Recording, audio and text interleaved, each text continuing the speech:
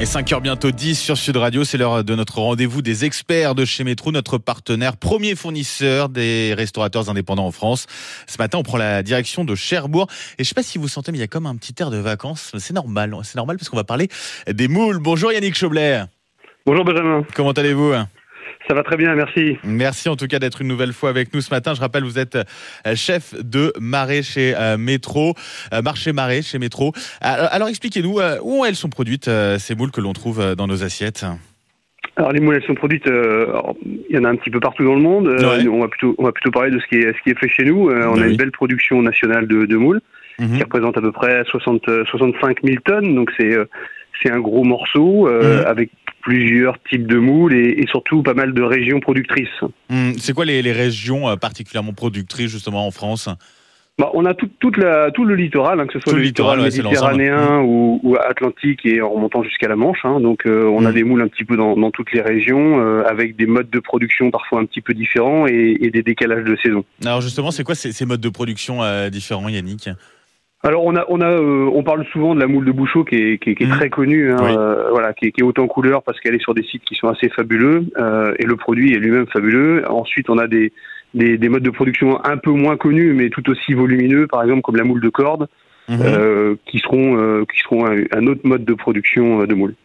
Sur le Bouchot, l'avantage c'est qu'elles sont pas en permanence dans l'eau, c'est ça ? C'est important. Ouais, c'est ça. Elles vivent au rythme des marées, donc elles sont tantôt en immersion ou en dehors, et du coup ça rend le coquillage un peu plus robuste. Voilà, il supporte mieux le transport et le fait d'être hors de l'eau. Pour déguster ces moules, vous conseillez quoi à nos auditeurs, Yannick ? Écoutez, parfois le plus simple est le mieux. Non, mais c'est vrai que aujourd'hui on entend beaucoup de façons de les préparer. Ouais. Moi je suis plutôt assez classique. Les moules marinières c'est très bien. Ça permet d'avoir un bon compromis entre un produit sympa et surtout un peu de goût quand même, parce qu'il faut quand même garder le goût de ce produit. C'est important. Oui, donc on évite les moules frites simples. C'est peut-être pas forcément la meilleure façon de les consommer. C'est plutôt quand elles sont très très élaborées. Alors voilà. Après c'est jusqu'à quel point on ressent le goût du produit. Voilà, c'est il y a les puristes vont les manger très très simplement, voire même juste uniquement les faire ouvrir. Ouais. Voilà, on a bien la saveur, la texture. À partir du moment où on rajoute un peu de produit à côté, effectivement ça peut enrichir un peu le produit, mais ça casse un petit peu le goût quand même. Comment on va les préparer ces moules avant de les faire cuire ? Faut les laver un petit peu déjà ? Alors maintenant, il y a la majorité des produits sont déjà lavés en atelier, donc ils sont ce qu'on appelle des bissucés. On enlève vous savez, les petits poils qui sont sur le coquillage.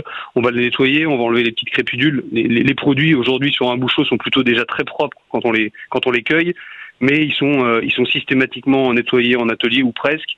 Et du coup, quand vous achetez votre barquette, le produit est déjà très propre. Donc on les rince un petit peu à l'eau claire et en général ça suffit. Je me suis toujours posé la question. Alors c'est peut-être une question bête, mais les moules qui restent fermés après la cuisson, on peut les manger ou faut les laisser de côté ? Non, après ça consisterait à vouloir les recuire un petit peu. Souvent c'est parce qu'elles sont restées en fait immergées dans le fond de la casserole avec de l'eau. Et contrairement aux idées reçues, on les fait pas cuire dans l'eau. Donc voilà, elles s'ouvrent pas dans l'eau. D'accord, je comprends mieux. Comment elle se porte aujourd'hui la filière ? Il y avait pas mal d'inquiétudes avec notamment les crises de surmortalité. On en a entendu parler ces derniers temps. Oui, c'est ça. Il y a eu effectivement pas mal de problèmes ces dernières années. On n'est pas à l'abri qu'il y en ait d'autres. Malheureusement, la filière se porte plutôt bien. C'est un produit qui reste un produit et qui doit rester un produit populaire. Ça, c'est très important. Ouais. Il est consommé depuis des centaines d'années. Donc, voilà, c'est une filière qui se bat.